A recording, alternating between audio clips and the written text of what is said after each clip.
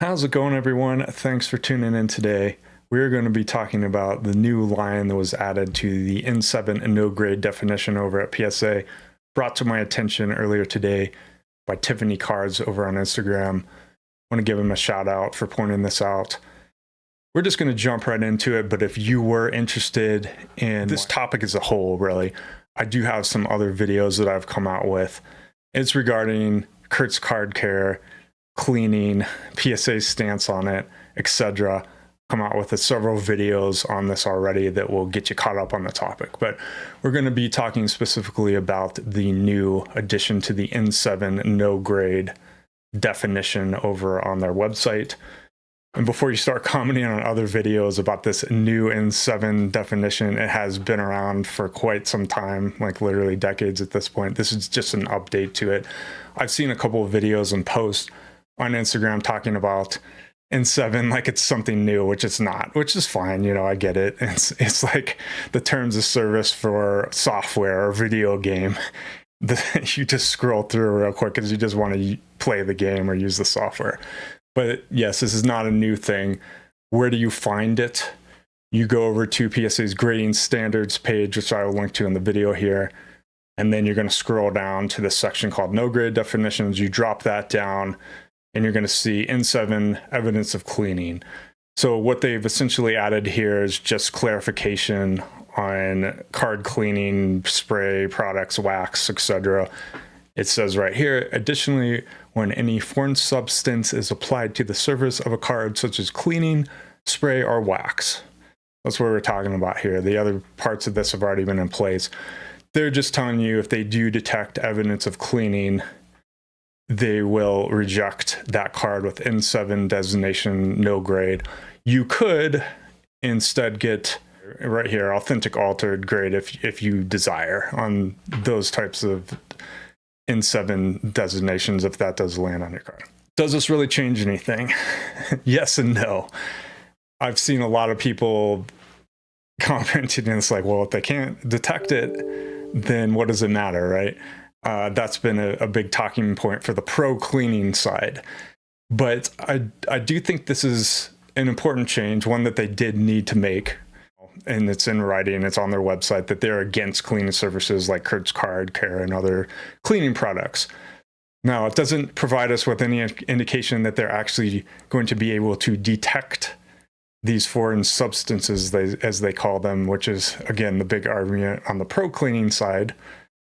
But ultimately, as I've said in past videos, that's up to us as a collector or the card submitter to whether or not you want to abide by PSA's terms of service, which if you're grading with them, you essentially are. It's like when I said with the terms of service, you're scrolling through it real quick. If there's ever anything to come up with, especially like legally, you would be responsible for abiding by those terms of services, especially given their terms and conditions page right here where it says PSA will not grade items which bear evidence trimming, recoloring, restoration, other forms of tampering. Now they've updated that to include cleaning products and say the customer agrees to not knowingly submit such items. But like I said, is this really going to do anything? Now, I don't think there's going to be like a full stop usage on cleaning products. I highly doubt it. But I do think at the end of the day, if PSA did come up with a way to detect these cleaning products, such as wax or cleaning solution, it could have big implications for the collectors holding these items long term for quote unquote, investment purposes or what have you, to where maybe their PSA 8 suddenly changes to an authentic altered grade designation and it's worth significantly less. Now, I'm going to go off on a slight tangent here, but if you take a step back to even 5 years ago or so, the number of people on the pro cleaning side was significantly less. So there's been a larger shift in perspective on this topic, mainly due, in my opinion, to like the 2020, 2021 boom of cards, where there was a big push to grade cards and then sell them for a profit, especially coming from like new entrants like Jeff Wilson, Gary Vee, and others during that time period. And, is what it is. It's a part of the hobby at this point. I just thought it'd be interesting just to cover this really quick here. Gemrate.com, if you haven't checked out this website, it's fairly interesting. It does show grading totals from the previous day, trailing 7-day totals. But if you look here at this one, this is the cards that we're still grading per month, and it's over 1 million cards a month. So the reason I bring this up is that think about how many just base Prism Victor Wembanyama's PSA is grading per day at this point.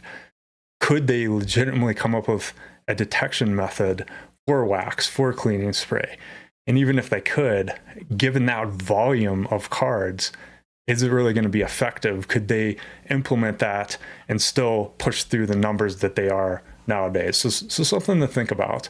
What I do think might come out of this, though, is those that were more maybe naive to these terms and conditions may take notice, and maybe they'll take a different stance on their thoughts about card cleaning. They may want to steer clear of it, especially if, like I said, they have big money into these cards and they want to hold them long-term as a quote-unquote investment or whatever they're looking to do. I want to get your all's thoughts on this situation as a whole. It's probably pretty obvious that I'm on the anti-cleaning side, but I did come out with a video recently on how do we legitimize card cleaning, where I discuss both sides of the argument, and I'm open to both sides as well. I like to remain more in the middle if I can. It's probably obvious which side I'm on and different topics that I cover, but I do like to hear your all's opinion. So please comment down below with your thoughts. For those of you wondering, I'm wearing my Jamal Murray jersey today because I figured why not.